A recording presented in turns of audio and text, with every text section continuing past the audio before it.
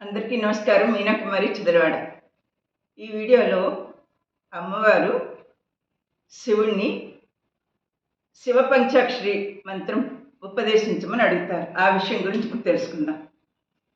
వెంటబడి వెంటబడి ఓ మహానుభావ నాకు శివ పంచాక్షరి ఉపదేశం చేయండి చేయండి అని అడుగుతూ ఉంటుందన్నమాట చాలాసార్లుగా.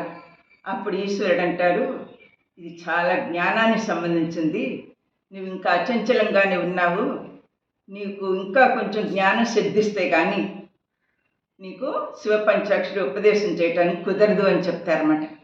అప్పుడు అమ్మవారు అలిగి ఆ శివుణ్ణే తలుచుకుంటూ శ్రీకాళహస్తి వస్తారు భూలోకానికి. భూలోకంలో శ్రీకాళహస్తిలో ఉండే మారేడు చెట్టు దగ్గర వచ్చి తపస్సు చేయటం మొదలెట్టారన్నమాట. ఆ శివుణ్ణి తలుచుకుంటూనే ఉన్నారు. ఇక్కడ భూలోకానికి వచ్చినప్పటికీ కళ్యాణకారకుడు ఆ శివుడు, నిష్కల్మషమైన ఓంకారకారకుడు ఆ శివుడు, త్రినేత్రుడు, త్రిశూలుడు, ప్రళయాగ్ని రూపుడు, నీలకంఠం గలవాడు, రుద్రుడు, ఆత్మలను ఈ లోకంలోకి పంపించేవాడు ఆ శివుడు. ఉగ్రముగాను ఉంటారు, భయానకంగాను ఉంటారు.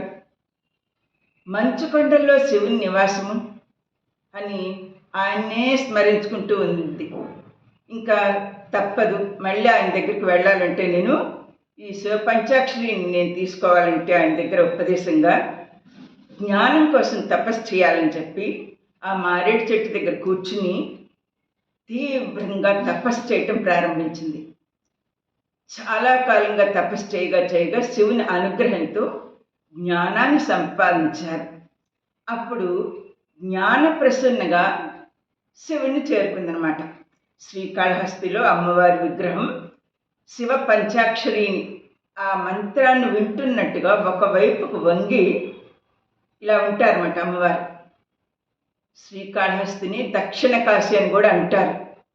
అమ్మవారి సన్నిధిలో శంకరాచార్య వారు శ్రీచక్రాన్ని ప్రతిష్ఠించారు.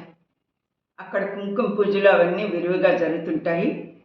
పిల్లలకు అక్షరాభ్యాసాలు అవి కూడా జరుగుతుంటాయి. ఎందుకంటే ఆవిడ జ్ఞాన ప్రసన్నాంబ కనుక అందరూ జ్ఞానవంతులు అవ్వాలని చెప్పి అక్కడ పిల్లలకి అక్షరాభ్యాసం చేస్తుంటారన్నమాట.